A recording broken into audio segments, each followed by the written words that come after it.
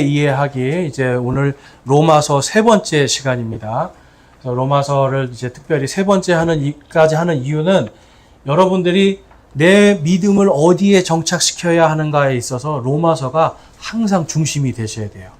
그래서 제가 이제 로마서에는 5가지 오직이 있다고 했습니다. 그렇죠? 기억나시나요?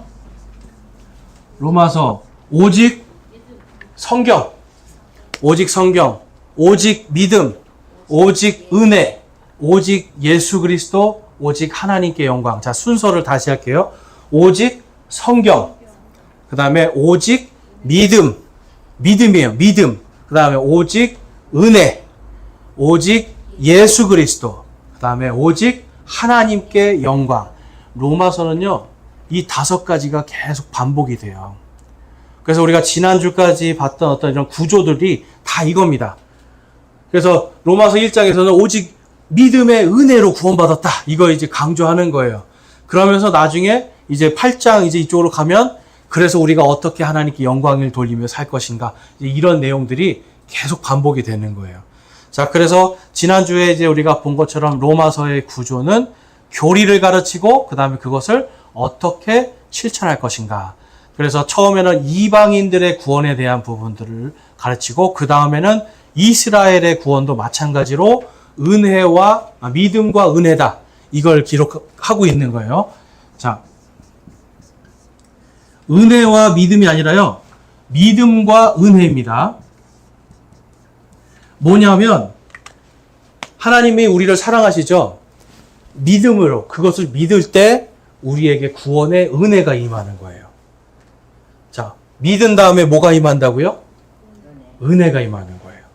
자, 은혜라는 거는 받을 자격이 없는 자가 엄청난 가장 값진 것을 받는 것이 은혜죠. 그게 은혜예요. 그래서 특별히 예수님은 자신의 목숨을 우리를 위해 바치면서까지 우리의 구원을 위해서 죽어주셨잖아요. 그렇죠? 이게 은혜인 겁니다. 그래서 누구든지 그분을 믿으면 믿는 즉시로 바로 구원을 받는다. 그래서 믿는 즉시로 의롭게 된다. 라고 말씀을 해요. 그래서 이 의라고 하는 것은 무죄라는 뜻을 갖고 있어요. 무죄. 그래서 우리가 지금도 죄를 졌고 앞으로도 죄를 질 것들이 많지만 예수님을 믿는 순간 그 즉시로 그냥 무죄라고 해주시는 거예요. 왜냐하면 예수님이 이미 그것을 위해 죽어주셨기 때문에. 그래서 대속의 은혜입니다. 대속. 은혜는 대신 속죄예요. 대신 속죄. 그래서 이 대속의 은혜를 통해서 우리가 무죄가 되었다. 의롭게 되었다. 라고 하는 이러한 교리들을 계속 말씀을 하는데 이것은 유대인이나 이방인이나 똑같다. 이렇게 보시면 돼요. 그러니까 우리가 항상 예수 그리스도 안에서 그분과 함께 고난받는 그러한 고난 가운데 동참할 때 주님의 영광도 우리와 함께 한다. 자, 따라해 보겠습니다. 예수님의 고난이 나의 고난이에요. 예수님의 영광이 나의 영광이다. 네. 예수님의 고난과 예수님의 영광이 다 나의 고난과 함께 나의 영광이 됩니다. 그러니까 주님과 함께 고난받는 것이 사도 바울은 기쁘다라고 계속 얘기해요.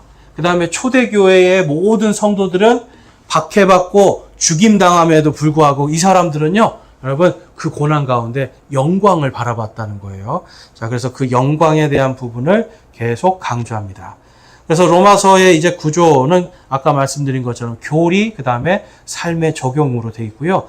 이제 지난 시간까지 우리가 봤지만 그 구조 그 밑에 보면 1장에서 5장까지가 이제 교리입니다. 그 다음에 6장에서 8장까지가 이제 상속자들로서 하나님의 왕국의 상속자들로서 어떻게 살아가야 되는가 이제 이거를 기록하고 있어요.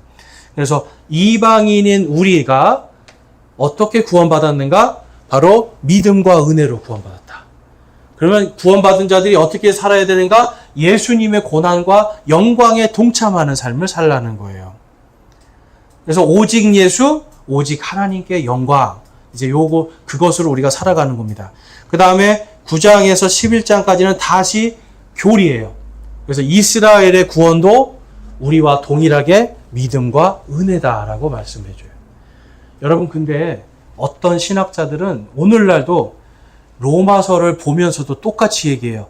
이스라엘 사람들은 율법을 지킴으로 구원받는다. 이제 이렇게 가르치는 사람들도 있어요. 그런데 로마서에서는 이스라엘 사람들도 오직 믿음으로, 은혜로 구원받는다라고 분명하게 못 받고 있습니다. 여러분, 그래야 공평한 거 아닌가요? 그렇죠? 그러니까 오직 은혜와 믿음으로, 믿음과 은혜로 이스라엘 사람들도 구원받는다라는 교리를 가르쳐 주고요. 그 다음에 12장부터 16장까지는 이제 우리가 다 그리스도의 심판석 앞에 상속자로 서기 위해서, 그래서 우리가 살아있는 희생물이 되어야 됩니다. 세상과 우리가 타협하지 말아야 됩니다. 세상에 동화되지 말아야 됩니다 하는 이러한 적용들을 12장부터 가르쳐 주시는 거예요. 그래서 서로 사랑하고 교회 공동체가 하나님의 영광을 위해서 살아야 된다라고 기록합니다. 자, 여러분, 교회 공동체는 각자가 아니에요. 이게 영적으로 예수님 안에서 한 몸이란 말이에요. 한 몸. 그래서 각자 살아가는 것이 아니라 서로를 더욱더 사랑하면서 예수님의 영광을 위해서 살아가는 겁니다. 자, 그래서 로마 교회에도 분명히 어떤 걸 우리가 알 수 있냐면 그들 안에도 분열이 있고 다툼이 있었던 걸 알 수 있어요. 여러분, 교회가 있는 곳은 분열과 다툼이 있습니다. 근데 특별히 절보다 교회가 더 분열과 다툼이 있습니다. 왜 그럴까요, 여러분? 왜 그럴까요? 절보다 교회가 분열과 다툼이 더 심해요. 왜 그럴까요? 사람이 자주. 네? 자주. 뭐라고요? 다시 말씀해서. 자주 모이고. 모여서. 그것도 말이 되네. 정말 핵심입니다. 자주 모여서. 자주 만나니까 싸울 일도 많죠. 그렇죠? 네. 그런데 이게 뭐냐면 불교는 모든 걸 포용하는 쪽이에요. 그러니까 이게 악한 것이든 뭐 선한 것이든 일단은 포용하는 쪽으로 가는 거예요, 이 사람들. 불교는 그 포용이에요. 그래서 그 포용이 참 좋은 것 같은데 악한 것까지도 다 포용해 버리는 거예요. 그래서 지금 이제 뭐 차별금지법 하는데 기독교만 계속 정부에 이렇게 이제 그 차별금지법을 그 찬성하는 정당들이 기독교만 계속 공격하는 이유가 뭐냐면 불교는 그것도 그냥 하나의 인생입니다. 받아들입시다 하는 거예요. 카톨릭도 그들도 다 하나님의 자녀, 하나님이 만든 사람들이니까 그냥 받아들입시다 하는 거예요. 우리가 안 받아들이겠다는 게 아니라 죄를 죄라고 얘기하지 못하는 것은 분명히 문제가 있는 거죠. 그런데 기독교는 이게 성경에 죄라는 게 너무나 명확하게 명시가 돼 있어요. 그래서 다니다 보면 교리를 많이 알잖아요. 그러면 이렇게 되는 거예요. 손가락을 딱 펴고 저거 죄야. 저거 죄야. 저거 틀렸어. 요거는 맞고 저건 틀렸어. 계속 이러거든요, 사람이. 그러니까 어떤 일이 발생합니까? 싸움이 나는 거예요. 틀렸어. 자기 마음대로 자기 판단을 하는 거예요. 그래서 로마서에서 그리스도의 심판석에 설 때 너희가 형제를 판단한 거에 대해서 심판석에서 판단받을 것이다. 그거 말씀이에요. 그러니까 뭐냐면 교리도 좋고요. 악한 것과 선한 것을 분별하는 것도 좋은데 분별하는데 그 안에 하나님의 사랑이 빠지면 안 된다는 거예요. 여러분, 이게 특징입니다. 기독교가 그래서 힘든 거예요. 차라리 그냥 정죄하고 막 난도질하면 아주 쉬워요. 율법, 우리 유교처럼. 그런데 그게 아니라 그렇게 죄인이라고도 하고 잘못된 걸 하면서도 우리가 사랑을 잃지 않고 계속해서 권면하는 거예요. 사랑을 잃지 않고 계속해서 가서 이 사람이 온유한 마음으로 이 사람이 정말 하나님의 진리 가운데로 들어올 수 있도록 우리가 노력해주고 섬기는 거예요. 이해가 되십니까? 내가 좀 더 많이 한다고 배척하는 게 아니라 이 사람은 이게 부족하구나. 그러면 그거를 사랑의 마음으로 하나씩 가르쳐주면서 주님께로 돌아오게 하는 거예요. 여러분, 근데 이게 쉽습니까? 쉽지 않습니까? 쉽지 않아요. 남한테 우리가 당신 이거 잘못됐습니다 하려고 하면 저 같은 경우도 여러분 가슴이 컥컥 뛰어요. 안 그럴 것 같죠? 저도 다른 사람한테 이거 하나님의 말씀에 이거 잘못된 겁니다 말할 때 가슴이 컥컥 뛰어요. 그런데 그 말했는데 상대방이 뭐 어쩌라고 하고서 콱 쏘잖아요. 그러면 상처받는 거예요. 여러분, 그렇지만 예수님도 똑같이 당하셨잖아요.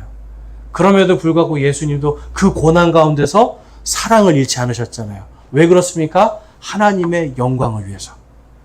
그래서 우리가 잘못된 거를 판단하고 분별하는 것은 좋은 건데 거기에서 사랑이 빠지면 울리는 꽹과리와 같이 되고 헛된 것이 돼요.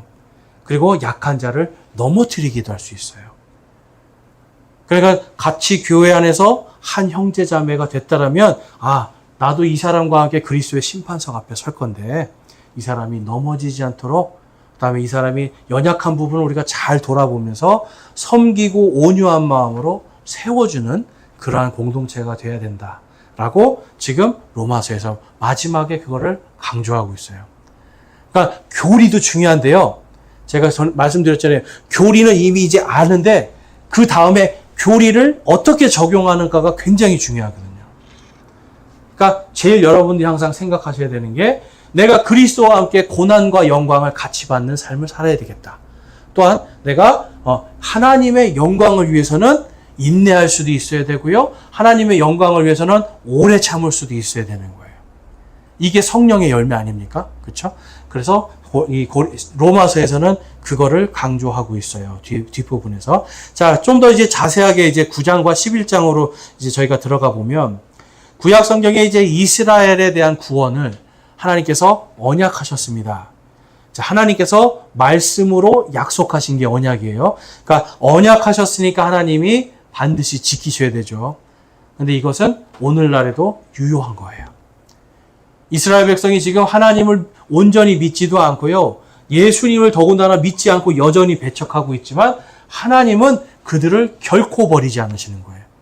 그래서 민족적인 구원을 약속하셨기에 그 약속이 지금도 오늘날도 유효하게 역사하고 있다. 그래서 하나님은 반드시 성취하실 것이다. 라고 이제 9장에서 11장에서 말씀합니다. 그래서 이스라엘을 향한 하나님의 사랑과 구원, 이 모든 것은 주의 날, 바로 예수님의 재림이에요.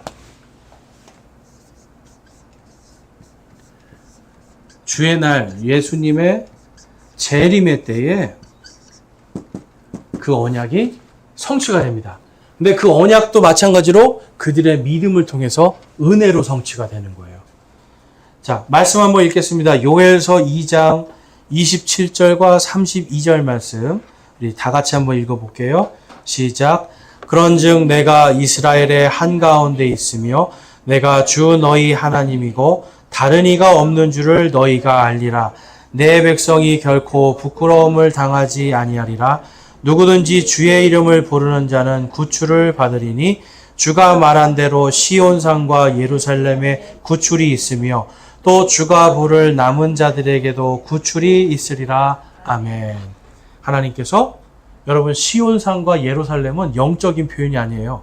지금 저 전쟁이 막 일어나고 있는 실제로 가나안 땅, 팔레스타인 땅에 있는 그 시온산과 예루살렘에 구원이 있을 거라고 하나님께서 요엘서를 통해서 말씀해요. 근데 어떤 사람들에게 구원을 주신대요, 여러분? 누구든지 주의 이름을 부르는 자. 자, 그 주의 이름이 누굴까요? 주의 이름. 구약 시대에는 여호와라는 이름을 주셨어요. 근데 여호와는 스스로 계신 분, 그래서 창조주 하나님을 말하는 거고요. 이제는 우리가 신약 시대는 주 예수 그리스도예요. 주 예수. 주 예수의 이름을 부르는 자들. 그러니까 오직 예수. 오직 예수의 이름으로 구원받는 겁니다. 이해가 되세요? 그러니까 뭐 여호와의 이름으로 구원받는가, 뭐 다 누구의 이름으로 구원받는가 이런 게 아니라 오직 예수의 이름으로. 그래서 기도할 때도 맨 마지막에 누구의 이름으로 기도해요? 그렇죠. 예수님의 이름으로 기도합니다. 근데 여러분 더 정확하게 하시려면 주 예수 그리스도의 이름으로 기도합니다. 그러니까 우리 주 예수 그리스도의 이름으로 기도합니다. 주의 이름으로 기도합니다. 주 예수 그리스도의 이름으로 기도합니다. 라고 할 때 예수님께서 약속하셨잖아요. 누구든지 내 이름으로 구하는 자는 그것을 받으리라라고 약속해 주셨어요. 그래서 예수 그리스도의 이름으로 우리가 구출도 받고 구원도 받는 겁니다. 자, 구출이라는 것 뜻 아시죠, 여러분? 어려운 상황에서 구출받는 거고, 그 다음에 위험한 상황에서 구출을 받고, 사망에서 우리가 구출을 받는 거예요. 또한 죄 가운데서도 구출을 받는 겁니다. 자, 로마서 10장 1절. 11절과 13절. 요 부분이요. 지금 앞에서 이스라엘에 대한 이야기를 하면서 말씀하고 있기 때문에 많은 사람들이 11절 이제 요 부분, 이 뒷부분을 가지고 신약 시대의 성도들의, 그러니까 이방인에게만 적용되는 것처럼 가르치는 사람들이 있는데 그게 아니라는 것을 로마서에서 분명히 가르치고 있어요. 그래서 1절은 형제들아 이스라엘을 위한 내 마음의 소원과 하나님을 향한 기도는 곧 그들이 구원을 받는 것이니라. 그러니까 로마서 10장은 이스라엘의 구원에 대한 얘기를 하고 있다. 이렇게 말씀하고 11절, 12절, 13절 같이 읽겠습니다. 또 성경 기록이 이르기를 누구든지 그분을 믿는 자는 부끄러움을 당하지 아니하리라 하나니 이는 유대인과 그리스인 사이에 차별이 없기 때문이라. 모든 사람 위에 계신 같은 주께서 자신을 부르는 모든 사람에게 부유하시니 누구든지 주의 이름을 부르는 자는 구원을 받으리라. 아멘. 그 앞에 있는 요엘서 말씀을 그대로 인용했죠. 누구든지 주의 이름, 바로 주 예수 그리스도의 이름을 부르는 자는 구원을 얻습니다. 그래서 여러분 오직 예수 그리스도예요. 오직 주님. 오직 주 예수의 이름을 부르는 자는 다 구원을 받는 거예요. 그러니까 믿음으로 부끄러움을 당하지 않는 겁니다. 이해가 되시죠? 그래서 하나님은 이스라엘에 대한 구원 역시도 주의 이름, 예수의 이름을 부르는 모든 자들이 주의 이름으로 구원을 받을 것이다 라고 요엘서와 로마서에서 분명하게 기록하고 있어요. 자, 그 다음에 9장 11절, 9장에서 11장까지 해서 그 두 번째 작은 2번을 보시면 하나님은 이스라엘의 구원에 대한 언약의 맹세를 기억하시고 돌이키지 아니하신대요. 여러분, 저는 이 말씀이 가장 은혜가 돼요. 하나님은 돌이키지 않습니다. 제가 말씀드렸죠. 구원은 어떻게 하신다고요? 구원은 즉시로. 그렇죠? 심판은 더디게. 그러니까 하나님은 구원은 즉시로 하시고 심판은 더디게 하시는 이유가 뭐냐면 하나님이 약속하신 걸 지키시기 위해서 그래요. 지키시기 위해서.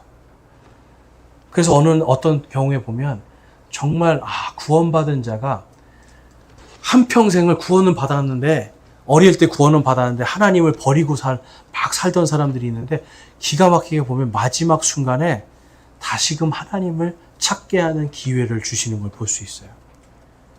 그러니까 하나님의 자녀를 하나님께서 끝까지 기회를 주시는 걸 볼 수 있어요. 그래서 하나님은 항상 구원은 즉시로 하시고 심판은 더디게 하시며 또한 하나님의 구원의 계획을 돌이키지 아니하신다라고 성경을 말씀합니다. 자, 시편 110편 4절에서 5절까지 보면 주께서 맹세하셨고 또 뜻을 돌이키지 아니하시리라 이르시기를 너는 멜기세덱의 계통에 따른 영원한 제사장이라 하셨도다. 주의 오른쪽에 계신 주께서 친히 진노하시는 날에 왕들을 쳐서 부수시리라. 자, 주의 오른쪽에 계신 주께서. 자, 히브리서에 가면 하나님의 왕자가 있어요. 왕자가 있는데 그 왕자 오른쪽에 주 예수 그리스도께서 앉아 계시다라고 기록하고 있습니다. 그러니까 시편에서 지금 시편 기자가 주의 오른쪽에 계신 분을 쳐다보고 있어요. 누구를 쳐다보고 있는 겁니까? 주 예수 그리스도를 쳐다보는 거예요. 그러면서 그분은 뜻을 돌이키시지 아니하는 분이다 라고 하면서 찬양하시고 또 멜기세덱 계통을 따른 영원한 우리의 제사장이다. 그래서 제사장은 제가 항상 뭐라고 말씀드렸습니까? 제사장은 하는 일이 중재자. 그렇죠. 중재하시는 분이에요. 사탄이 고소합니다. 사탄이 하나님 저 김명중 목사 보세요. 죄가 이렇게 많은데 지옥 보내셔야 되는 거 아니에요? 그래요. 그런데 예수님이 딱 우리를 위한 중재자, 변호사로서 딱 나타나셔서 하나님 그런데요. 제가 이 사람을 위해 대신 죽었습니다. 네, 맞습니다. 지옥에 갈 만한 충분한 이유가 있는데 하나님 근데요. 제가 대신 죽었잖아요. 그러니까 이 사람은 죄가 없습니다. 라고 중재해 주시는 거예요. 여러분 이게 은혜인 거예요. 그래서 오직 믿는 자를 위해서 예수님이 바로 예수님이 우리를 향한 구원의 뜻을 돌이키지 않는다라는 것을 보여주시고 오바댜서 1장 17절에 그러나 시온산 위에는 구출이 있겠고 거룩함이 있을 것이요 야곱의 집은 자기 소유를 소유하리라 라고 말씀을 해요. 그래서 마지막 때 시온산 위에 있는 구출, 이스라엘 백성들도 오직 예수 그리스도를 믿음으로 예수님의 중재 속에서 구원받게 되는 것을 기록하고 있어요. 야곱의 집은 이스라엘 민족을 이야기하고 있는 겁니다. 자, 그래서 로마서 11장에서도 동일하게 말씀하는 거예요. 11장 26절, 27절, 29절에 보면 그리하여 모든 이스라엘이 구원을 받으리라. 이것은 기록된 바 시온에서 구출자가 나와 야곱에게서 경건치 아니한 것을 돌이키시리니 내가 그들의 죄를 제거할 때에 이것이 그들을 향한 내 언약이라 함이니라 함과 같으니라. 하나님의 선물들과 부르시면은 뜻을 돌이키는 일이 없느니라. 뜻을 돌이키지 아니하신다는 거죠. 그런데 여러분 재밌는 게 있어요. 하나님께서 이스라엘 사람들 마지막 때에 그들이 하나님을 믿을 수밖에 없게 하시겠다. 믿도록 하나님이 직접 하시겠다라는 거 기록하고 있습니다. 그래서 하나님께서 이 이스라엘이 구원받을 수 있도록 도와주실 거다라고 기록하고 있어요. 근데 이제 여러분 아셔야 되는 게 그렇다고 로버트처럼 그냥 나 예수님 믿을래요 이게 아니죠. 믿을 수 있도록 여러 가지 것들로 인도해 주시는데 그 중에 받아들이고 믿는 자들이 구출되고 구원받는 그 길을 열어주신다는 거예요. 자, 그 다음에 12장에서 16장까지 보면 구원받은 성도는 이제 하나님의 법칙 안에서 언약의 법칙 안에서 성경과 세상의 질서를 잘 지켜야 된다라고 말씀해요. 그러니까 성경도 지키고요. 뭐도 지켜야 된다고요? 세상의 법도 지키라는 거예요. 어떤 사람들은 여러분 세상의 법은 지키지 않으면서 계속 하나님께 뭘 하겠다고 하시는 분들이 있어요. 그런데 여러분 결코 하나님이 원하시는 게 그게 아닌 거예요. 하나님은 세상의 법도 지키는 겁니다. 그것이 우리가 하나님께 살아있는 희생물로 드리는 거예요. 이해가 되십니까? 여러분 근데 악한 법이 있습니다. 악한 법. 그럼 어떻게 해야 돼요?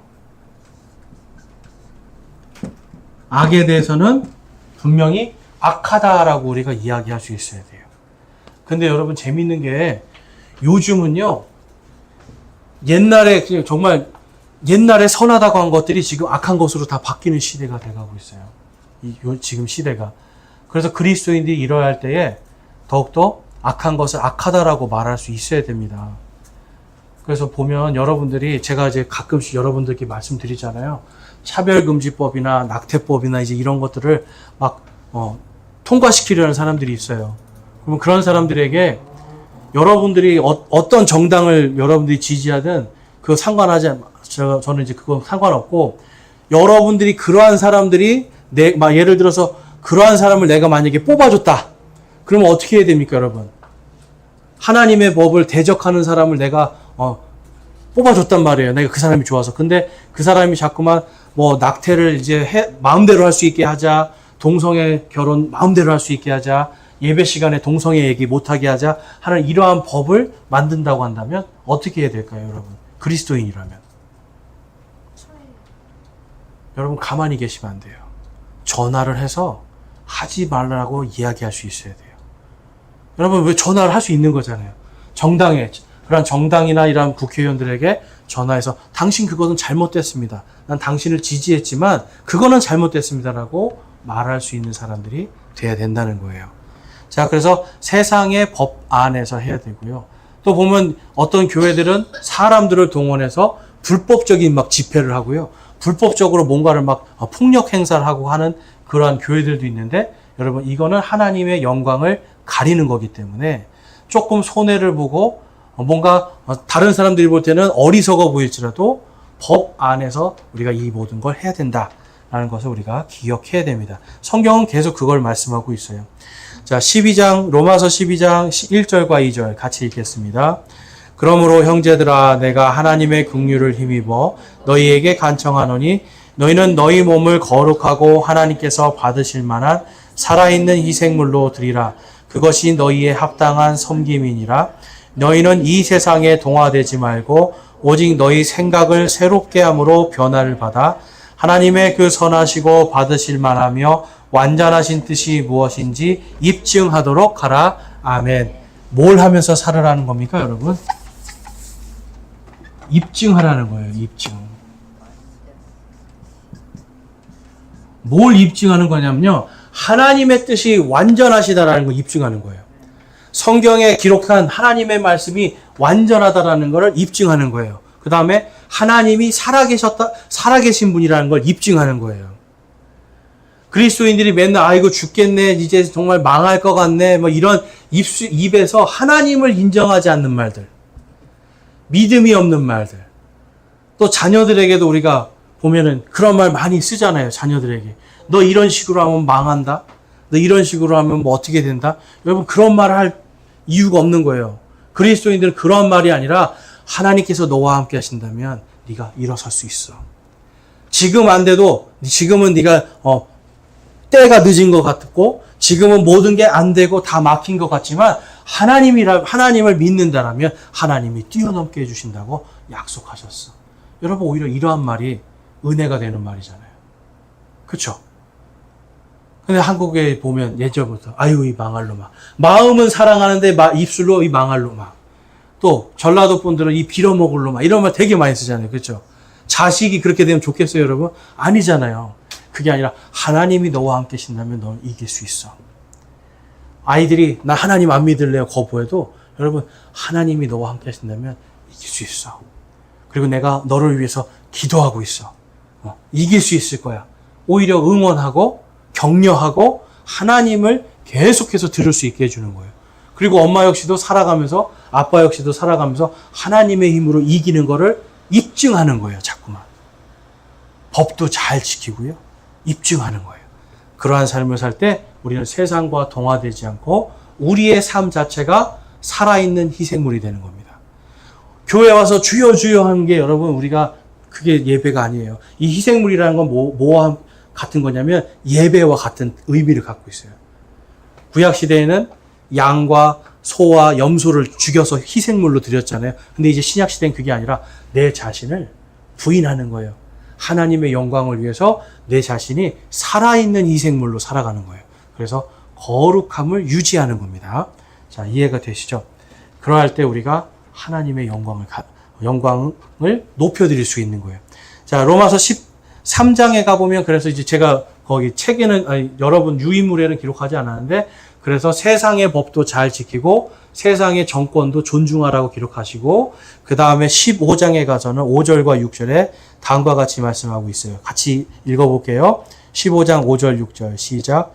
이제 인내와 안위의 하나님께서 너희에게 그리스도 예수님을 따라 서로를 향해 같은 마음을 갖게 하사 너희가 한 마음과 한 입으로 하나님 곧 우리 주 예수 그리스도의 아버지께 영광을 돌리게 하기를 원하노라. 아멘. 자, 여기서 너희는 로마 교회 공동체를 이야기하는 겁니다. 그래서 여러분 우리가 항상 믿음이 개인적인 믿음도 있지만 항상 거기에 공동체가 같이 들어가요. 성경은. 혼자서는 여러분 절대로 입증하기가 쉽지 않아요. 그런데 공동체가 같이 하는 거예요. 그래서 지난주에는 제가 이런 부분에 좀 연약한 부분이 있습니다. 이러한 죄가 제가 있었습니다. 라고 서로 고백할 수도 있고요. 그러면서 그렇지만 서로 기도하면서 세워주고 이번 주에는 우리가 한번 힘내서 해봅시다. 라고 할 수 있는 거예요. 그러니까 교회를 오는 목적은 여러분 다른 게 아니에요. 우리가 교리도 배우고요. 그 다음에 어떻게 하면 하나님의 영광을 위해서 살까라고 하는 이 적용까지 같이 배우고 이것을 같이 나누는 거예요. 그래서 제가 우리 교회에 가장 원하는 것은 예배 끝나고 나 이제 하나님께 영광 돌렸습니다 하고 그냥 가는 게 아니라 모여서 서로 한 주간의 삶 속에 나타나신 하나님을 입증하는 거예요. 한 주간 내가 하나님과 어떻게 살았는가를 또 입증하면서 사는 거예요. 여러분 이러한 믿음의 교제가 굉장히 중요합니다. 그래서 저희가 그러한 공동체로 서로 한 마음과 한 입으로 하나님께 영광 돌리는 그러한 공동체가 되기를 우리가 같이 기도해야 됩니다. 저만 기도하는 게 아니라 여러분도 같이 기도하셔야 돼요. 자, 두 번째로 볼 것은 이제 저희가 로마서의 이런 구조를 봤잖아요. 근데 이제 로마서와 요한계시록에 있는 구원이 같이 서로 연결되어 있는 걸 볼 수 있어요. 그래서 야곱의 고난의 때 아까 말한 시온에서 구출이 있는 때가 언제인가 바로 7년 환란기라고 기록하고 있습니다.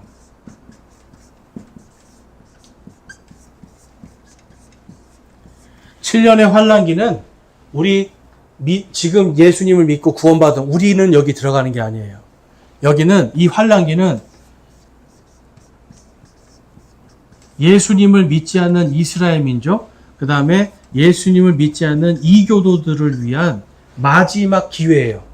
제가 아까 말씀드렸죠. 하나님은 구원은 즉시로 하시고 심판은 더디게 하시는 거예요. 7년이라는 시간 동안 기회를 주세요. 자, 내가 성경 기록대로 이렇게 재앙을 내리는데 그래도 안 믿을래? 내가 성경 기록대로 다 하잖아. 그래도 안 믿을래? 라고 하면서 7년 동안 이 진노의 기간을 주시는 거예요. 그러니까 여러분 7년이 여기 성경에 보면요. 막 큰 지진이 나서 땅이 갈라지고요. 하늘에서 막 유성들이 막 떨어지고요. 여러분 어마어마한 재앙이에요. 재앙. 그럼에도 불구하고 하나님은 그 가운데서 믿는 자들을 즉시로 구원하시는 겁니다. 자, 그래서 요한계시록은 로마서의 구원도 그렇고 오직 믿음과 오직 은혜로 그 모든 것이 성취가 될 것을 예언하고 있어요. 그래서 요한계시록과 로마서는 서로 별개가 아니다. 왜냐하면 성령님이 계시한 똑같은 하나님의 말씀이기 때문에. 자, 예레미야서 30장 7절에 보면 아 슬프도다 그날이 커서 그것과 비길 날이 없나니 그날은 곧 야곱의 고난의 때로다. 그러나 그가 그 고난에서 구원을 받으리로다. 아멘. 이스라엘을 성경은 야곱이라고 부릅니다. 왜냐하면 그들의 조상 야곱이 천사와 씨름을 해서 이기잖아요. 그래서 이름을 이스라엘이라는 새로운 이름을 받았어요. 그래서 야곱과 이스라엘은 같은 이름이다. 여러분 꼭 기억하세요. 같은 이름이에요. 야곱이 원래 이름이고 나중에 하나님께 다시 받은 이름이 이스라엘이에요. 그래서 야곱의 고난의 때가 이를 것이다 라고 예레미야에서 기록하는데 그러나 그들이 구원을 받을 것이다. 자, 요한계시록 7장 4절과 14절 말씀만 한번 읽어보겠습니다. 시작. 또 내가 봉인된 자들의 수에 대하여 들었는데 이스라엘 자손의 모든 지파에서 봉인된 자가 14만 4천이더라. 내가 그에게 이르되 장로여 당신이 아시나이다 하니 그가 내게 이르되 이들은 큰 환난에서 나와 자기 예복을 씻고 어린 양의 피로 그것을 희게 한 자들이니라.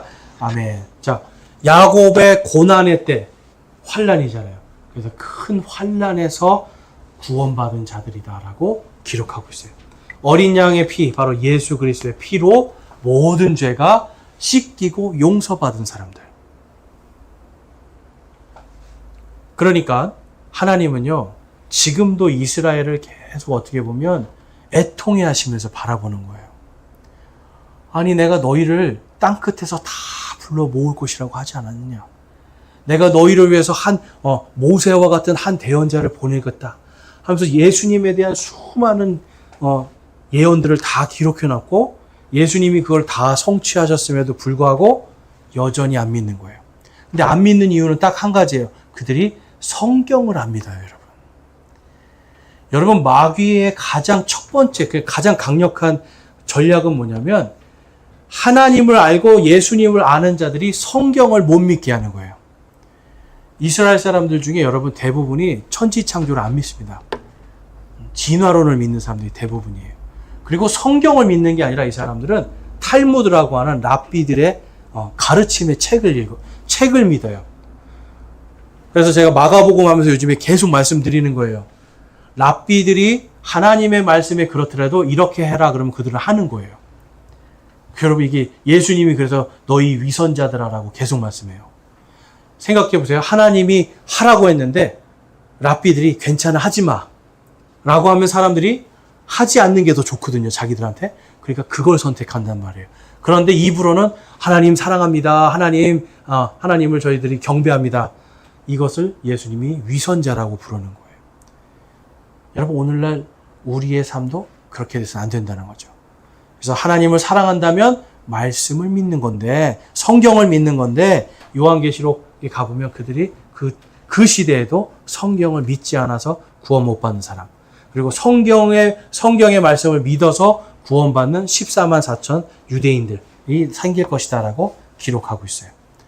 그래서 여러분 성경을 믿는 게 마지막 시대는 제일 중요한 겁니다. 자, 그 다음에 로마서와 3번에 가시면 로마서와 현대 교회 그리고 성도들에 대한 부분이 있어요. 자, 지금 시대의 우리 성도들은요, 그리스도의 심판석에 굉장히 가까이 있습니다. 베드로는 2000년 전에, 그리고 사도 바울도 2000년 전에 죽었잖아요. 그런데 거기서 그리스도의 심판석을 소망했거든요. 근데 지금 2000년이 지난 우리는 엄청나게 가까이 있어요. 그래서 그리스도의 심판석 앞에 서게 될 것을 기억해야 돼요, 날마다.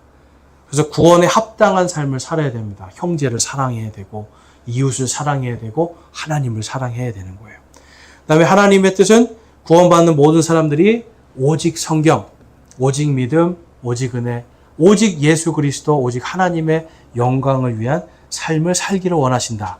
여러분 이거를 기억하시기 바랍니다. 그래서 로마서 14장 8절, 10절 우리 같이 한번 읽어볼게요. 자, 함께 한번 읽어보겠습니다. 시작. 우리가 살아도 주를 위해 살고 죽어도 주를 위해 죽나니 그러므로 살든지 죽든지 우리가 주의 것이로다. 그런데 내가 어찌하여 내 형제를 판단하느냐? 어찌하여 내 형제를 무시하느냐? 우리가 다 그리스도의 심판석 앞에 서리라. 아멘. 여러분, 대전에 가면 유명한 그 대학교가 있죠. 카이스트라고 하는. 거기에 가면 교회가 있는데 교회에 전부 다 박사들이랍니다. 그래서 그 교회는 목사님을 뽑을 때 학력이 박사 정도는 돼야지 되는 거예요. 학력이 낮으면 깔본다는 거예요, 여러분. 근데 여러분, 그리스도 앞에서 우리가 무슨 박사가 무슨 필요가 있어요. 그쵸? 박사든 뭐 석사도 다 필요 없는 거예요. 하나님 앞에서는 우리가 다 동등해요. 그런데 세상의 교육 수준은 조금씩 차이는 있어요. 아는 것의 차이는 있어요. 그렇지만 예수님을 알잖아요. 근데 로마 교회에도 서로 차별하는 자들이 있었고, 판단하여서 아유 나랑 섞이지 못할 사람이라고 했던 사람들이 있었던 거예요. 그래서 그렇게 하지 말아라. 우리가 다 그리스도의 심판석 앞에 설 건데 왜 너희들이 형제를 함부로 판단하고 무시하냐라고 이렇게 기록하고 있습니다. 사랑이 없음을 기록하죠. 교리로 판단하고 정죄하는 게 아니라 그것 가운데 사랑을 가지고 있으라는 거예요. 그리고 마치 내가 오늘 내가 지금 1분 뒤, 2분 뒤에 그리스도의 심판석 앞에 설 것처럼 살으라는 거예요, 여러분. 굉장히 힘든 거죠. 그렇지만 그리스도의 심판석 앞에 서는 마음으로 산다면 우리가 적어도 형제를 판단하고 무시하는 하고 정죄하는 일 자체는 하지 않게 될 것이다 라고 지금 기록하고 있는 겁니다. 자, 11절, 17절, 18절 우리 같이 한번 읽어볼게요. 시작. 그러므로 이와 같이 우리 각 사람이 자신에 관하여 하나님께 회개 보고를 하리라. 하나님의 왕국은 먹는 것과 마시는 것이 아니요 오직 성령님 안에서 의와 화평과 기쁨이니라. 이것들 안에서 그리스도를 섬기는 자는 하나님께서 받아주시며 사람들에게 인정을 받느니라. 아멘. 여러분, 그리스도를 섬겨야 됩니다. 사람들에게 인정받고 싶으세요? 내가 잘하는 것으로 여러분 내 뜻대로 인정받는 게 아니라 내가 그리스도를 섬기는 거예요. 나보다 못하고 뭔가 떨어져 보이는 형제가 있어요, 교회에. 그리고 바깥에도 보면 뭔가 내가 좀 이 사람보다 더 나은 것 같아요. 여러분들 보면 우리 남편이 조금 못한 것 같은 느낌이 들 때도 있고. 그렇지 않습니까? 네. 그래도 반대로 남편들은 또 아내가 좀 나보다 못한 것 같은 느낌이 들기도 하고. 또 자녀들이 또 나보다 못한 것처럼 들기도 해요. 그렇지만 우리가 그리스도를 섬기는 마음으로, 예수 그리스도를 섬기는 마음으로 내가 그 사람보다 더 낮은 자세로, 종의 자세로 내가 섬겨주는 거예요. 그래서 아까 말도 제가 어떻게 하라고 했어요? 에이그 이런 뭐 어쩌고 하는 게 아니라 하나님께서 함께 하신다면, 하나님의 영광을 위해서 우리가 산다면 우리는 어떤 고난도 이길 수 있습니다 라고 하는 하나님의 영광을 위한 말을, 하나님을 찬양하는 말이 우리의 입술에 열매가 맺혀져야 돼요. 그러면 하나님께서 저절로 우리를 받아주시고 사람들이 우리를 저절로 인정하게 됩니다. 노력할 필요 없다라는 거예요, 여러분. 자, 이제 로마서의 전체적인 거 우리가 봤어요. 여러분, 오직 성경이 중요하죠. 믿음도 중요하고 은혜도 중요하고 예수 그리스도도 중요해요. 그런데 이 시대는 하나님께 대한 영광이 점점점 사라져가고 있거든요. 로마서는 항상 말합니다. 하나님의 영광을 위해서 살아라. 예수 그리스도를 섬기는 마음으로 교회 형제들을 섬기고 또한 세상 속에 나가서 그리스도를 섬기는 마음으로 세상의 정부도 우리가 인정해주고 존중해주고 세상 사람들도 우리가 존중해주며 섬기고 그러면서도 세상과 동화되지 말아라. 여러분 그리스도인의 삶은 정말 힘든 겁니다. 그런데 이 모든 것을 할 때 하나님의 영광이 우리 가운데 나타나고 하나님께서 우리를 저절로 사람들에게 인정받을 수 있도록 해주신다라고 말씀해요. 예수님이 말씀하신 것처럼 너희들이 종이 되면 오히려 높아지리라 하셨잖아요. 그렇죠? 그래서 저와 여러분이 예수님의 말씀대로 살아가고 정말 그리스도인답게 이 땅에서 예수님을 잘 믿는 선한 그리스도인들로 설 수 있기를 주님의 이름으로 축원합니다. 기도하시겠습니다. 하나님 아버지 감사합니다. 오늘 저희들 로마서 이제 세 번째 시간까지 배웠습니다. 하나님 교리도 중요하고 정말 온전하게 믿는 믿음, 은혜 모든 것들이 다 중요하고 우리가 예수 그리스도와 함께 고난과 그분의 영광에 동참하는 것도 중요합니다. 하지만 또한 저희들이 성경 말씀처럼 하나님의 영광을 위해서 또한 더욱더 분발할 수 있도록 인도하여 주시옵소서. 하나님 이 시대가 하나님의 영광을 가리는 그리스도인들로 넘쳐나는 시대가 되어가고 있습니다. 하나님 이러한 때에 저희들이 오직 성경, 오직 믿음, 오직 은혜, 오직 예수 그리스도, 오직 하나님께 영광이라고 하는 이 소중한 가치, 이 숭고한 성경의 진리를 잘 따라가면서 선한 그리스도인들로 하나님께서 받아주시며 또한 세상에서 인정받는 자들로 살아갈 수 있도록 인도하여 주시옵소서. 우리 주 예수 그리스도의 이름으로 감사하며 기도드리옵나이다. 아멘.